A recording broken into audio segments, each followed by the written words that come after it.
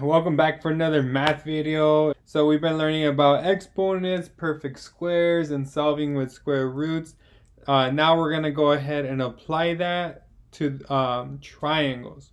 So this is called the Pythagorean Theorem, and it only applies to right triangles. So a little reminder of what a right triangle is. It is a triangle with a 90-degree angle, also called a right angle. Okay, so it needs to have a 90-degree angle in order for us to be able to use the Pythagorean theorem. And then for right triangles, we have, here's a little vocabulary for you. It is called the hypotenuse, and we call the side of a right triangle that is the longest side, we call that the hypotenuse. And it's always located across from the right angle. Okay, so let's go ahead and take a look at a couple of triangles. I just have four randomly placed right triangles. As you guys can see, there's these little squares in the corner. That just means that it's a right angle, making all these triangles right triangles. Okay, this is a 90-degree angle. So let's go ahead and use this to label our triangle. We said that the side that is the longest, the one that is across the right angle, is our hypotenuse. So we're gonna go, this is our right angle, and across from it is the hypotenuse. So I'm gonna say HYP instead of spelling out hypotenuse. So that is our hypotenuse, this side right here, right, the little diagonal, that's our hypotenuse. And we're just gonna call the other sides the legs of the triangle. Okay, so these are legs. Now let's go to this one. Let's continue practicing our labeling. This is going to be helpful for when we do the Pythagorean theorem, when we do more computational stuff. So we go to the right angle, the little square in the corner, and we have to go across it. And then that is our hypotenuse, okay? Meaning the other two are legs. Right? Now it rotated, right? It's upside down now. We still go to the right angle and we still go across, right? And now the hypotenuse is down here. So as you can see, it's not always in a certain location. It's always relative to the right angle, and it's always across. So that's hypotenuse, and these are legs, right? We go to the right angle, we go across. That's our hypotenuse. I'm just using HYP, and then our sides are legs. Okay, so instead of writing hypotenuse, I'm just writing out HYP. Okay, and these are legs. So now let's go ahead and use that so that we can go ahead and use the Pythagorean theorem. So what the Pythagorean theorem says is if we square the lengths of the legs and we add them, it would equal the square of our hypotenuse. And that sounds super confusing. What I'm about to do right now is going to look a little confusing, but just stick with me. I'm going to go ahead and put it in math terms, right? A squared plus B squared equals C squared. This right here is the Pythagorean theorem. And a theorem is just something that is proven to be true, and it always works, right? So this is always going to work with right triangles. So this is our Pythagorean theorem.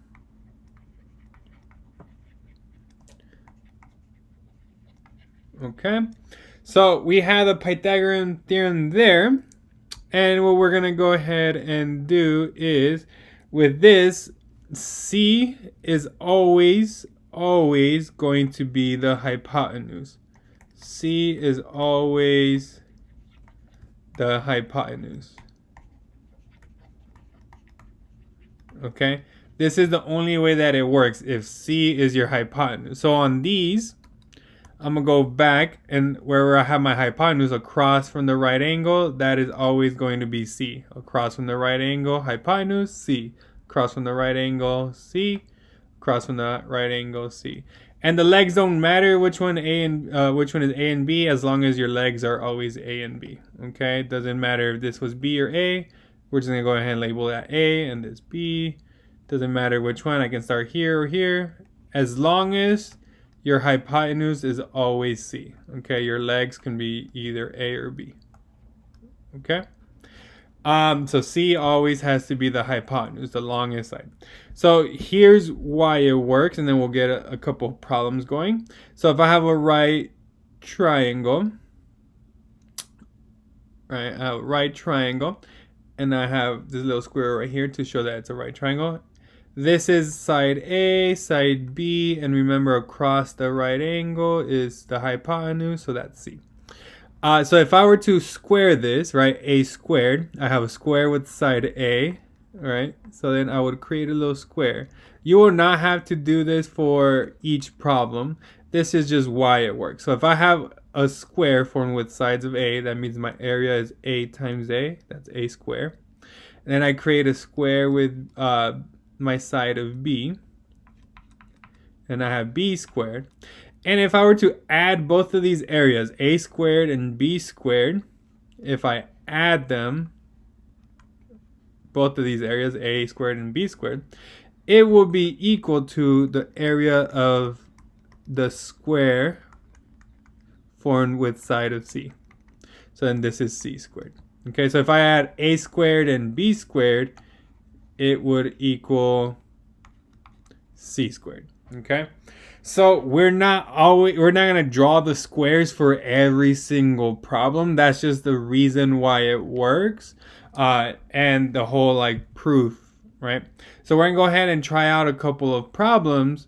But the reason why the Pythagorean theorem is so helpful is because it allows us to find the length of a missing side of a right triangle. So we're going to be looking at right triangles that gives us either both legs, and we have to find the hypotenuse C, or we're given a leg and the hypotenuse, and we have to find the other leg. So that's why the Pythagorean theorem is helpful. So let's go ahead and look at a couple of problems. This was just an explanation of what the Pythagorean theorem is. Now we're going to look at how it works. Let's go ahead and start with example 1. And we're going to go ahead and take a look at a triangle. And specifically, it is a right triangle. And in order for us to show that it is a right triangle, we need to show the little square here at the corner that is our right angle. Okay, so this problem, example 1, they give us a leg, the two legs. So they give us this leg as 3 and this leg as 4. And we need to find this side right here using the Pythagorean theorem. Again, the Pythagorean theorem is a squared plus b squared equals c squared, where c is always your hypotenuse. So let's go ahead and identify the hypotenuse, right? So this side is x because we don't know what it is. So across from the right angle is our hypotenuse, and we're going to label that c, okay? So we're going to label this c. And it doesn't matter which one is A and B for the legs. This is just A, this is B. I could have switched them around if I wanted to. So let's go ahead and plug into our Pythagorean theorem. A squared plus B squared equals C squared. I am just going to swap out the A for this 3, right? We said A is 3, so I'm going to change out that A and I'm going to put 3. And then I bring down that squared. Plus, now B is 4. And I bring down that exponent of 2 squared. And then I have x for c. That's what is unknown, right? So I'm going to go ahead and just bring down c as x, because that's what I'm looking for. That's x squared, okay? So all we did was swapped out the a, b, and c for the numbers, and we don't know what c is, so it's just x right now. Let's go ahead and simplify this. 3 squared is 9, because that's 3 times 3. So let's go ahead and bring that down as 9. This is 9 plus 4 squared, right? You can see it visually. It's a square with sides of 4s. Our inside is 16, or just 4 times 4. And I bring down that x squared because I don't know what that is yet. Now I can go ahead and simplify this. This is 9 plus 16 is 25. equals, this is just x squared. Now, two different ways to do it that we've been doing it. You can go ahead to get x by itself. You go ahead and you take the square root on both sides. Or you draw out your square and the area is 25. Your outsides are 5. So we say that that missing piece, that x is equal to 5. This is 5 right here. Okay? So our answer is x equals 5. Okay, let's go ahead and look at another example where they give us that piece right here, that hypotenuse and one of the legs, and we need to look for the other leg. So let me go ahead and create the next triangle. This is example 2. And they actually give us 13 as the longest side, and they give us 5 as one of the legs. So let's go ahead and start off by identifying A, B, and C, right? We don't know this side, so it's just X. So the longest side, the one across, is always going to be C. The one across from the corner is always going to be C. And then we can go ahead and just pick whichever leg we want to be A and B. We're going to call this one A. We're going to call this one B. So now we have the same thing, right? A squared plus B squared equals C squared. And we're going to go ahead and plug in what we know. We know A is just X. We don't know what that is yet. We need to look for X. So this is going to be X squared plus B. We know B was 5. So plus 5 squared equals, we know what C was this time. So C is 13. So it's 13 squared. Okay, now what we do is we simplify, right? X squared, I can't simplify that right now. I'm just going to bring it down. So we have x squared plus 5 squared is 25 equals 13 squared is 169. If you need a calculator, you just plug in 13 times 13 and it gives you 169. Now I want the square by itself. Right, I want this x squared by itself. I need to get rid of this 25. So we subtract 25 on both sides. And we just bring down that x squared. These right here cancel out. Right, that's the reason why we subtracted 25. And we get 169 minus 25. If you put that in the calculator, it should give you 144. Right? So now we're back to this step right here. It doesn't matter if the x squared is on the left or the right side. We still can, once it's isolated, we can take the square root of both sides to get x by itself, right? So then we get x equals square root of 144. And you can simplify that. Or you draw your square. The area is 144. You need the sides to be the same. That means you have 12s on the side. So we say x equals 12. So that missing side is 12, okay? So it can look one or two ways. If we're looking for the hypotenuse, right, the longest side, C, then C is going to be on the right side. We just combine the left side and we take the square root. If we're looking for a leg, it becomes a little bit more challenging, right? We simplify. We have to get the x squared by itself, so we subtract it, and then we take the square root, okay? So that's how we use it. Let's go ahead and take a look at an example of a real life scenario. And the scenario is, we're gonna look at a word problem. You are standing 6 feet away from a tree when you notice an injured bird stuck in the tree. Poor birdie. The bird is 8 feet above the ground. To save it, you will need to grab a ladder. How long does that ladder need to be? Okay, so we look at this problem. Some of us might be a little bit confused as to what we're doing and how we're going to be able to do that mathematically. So let's go ahead and break this problem down. I'm going to go ahead and draw a person. Right, you can draw yourself for this one. So we have a person here, and they just saw the birdie, so they're like super surprised. Has a little hat on. I'm trying to be artistic here. I apologize for my terrible drawings. And you just saw a little birdie injured on the tree. You're a little worried. And then there's the tree. I'm not fully artistic. I am sorry. I am better at math and drawings. But I will show you how to draw a bird. There's a little branch here. So there's a little bird stuck in that branch. And I'll go ahead and draw a bird. That looks like a 2.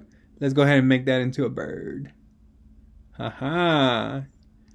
There we go. Per birdie. So it's injured, okay? So we drew out the scenario. We're standing away from the tree, and there's a poor birdie, little birdie stuck up on the tree, right? And it's injured, so we need to help it out. So that bird is 8 feet from the ground, and you are 6 feet away, okay? So this is 6 feet. And the height of from the bird from the ground is 8 feet. And you're going to need to get a ladder from you to that bird so you can save it. So you need to go from you to that bird and save it. So this is going to be a ladder. And we need to know what the length of that is. Now it looks super confusing. How are we going to do this? Let's go ahead and reinforce that little triangle that's formed there. You're here, 6 feet away, and then 8 feet above. That's our triangle right there. We have a right triangle. We can go ahead and figure out that missing piece. So this missing piece is x. So let's go ahead and use that Pythagorean theorem. We have a squared plus b squared equals c squared. Let's label our triangle. Across from the right angle is always c. A and b doesn't really matter. We can call this a, we can call this one b. So let's go ahead and substitute that in. A is 6. So we're going to go ahead and say 6. There's an exponent of 2, so 6 squared. Plus b was 8, so we're going to go ahead and swap that out. So 8, bring down that exponent of 2, so 8 squared equals, we're looking for c, this part right here, so this is going to be x squared. Now we simplify. 6 squared is 36. 8 squared is 64, because that's 8 times 8, equals x squared. Now we got a couple more steps. We just had to simplify. This is something we can combine. 36 plus 64. That should give us 100. Now on the right side equals x squared. Let's go. Now, in order to get x by itself, you can do it with the square root. Or we can go ahead and draw it out with the square. Right? We have a square of an area of 100. We need sides of 10, right? Because 10 times 10 gives us 100. So x will equal 10. So then that means that that ladder needs to be 10 feet tall. Okay? So that ladder needs to be 10 feet tall. So this is one way that we can use the Pythagorean theorem in real life to figure out the length of something that you need like this. Okay? Hopefully this helps. If you have any questions, again, feel free to contact me, email me, join my office hours. We have our classes on Tuesdays. Make sure you're joining the class, okay? 1 week left, and then a catch-up week, and we're good to go. Let's go. Let's finish strong. Have a great day.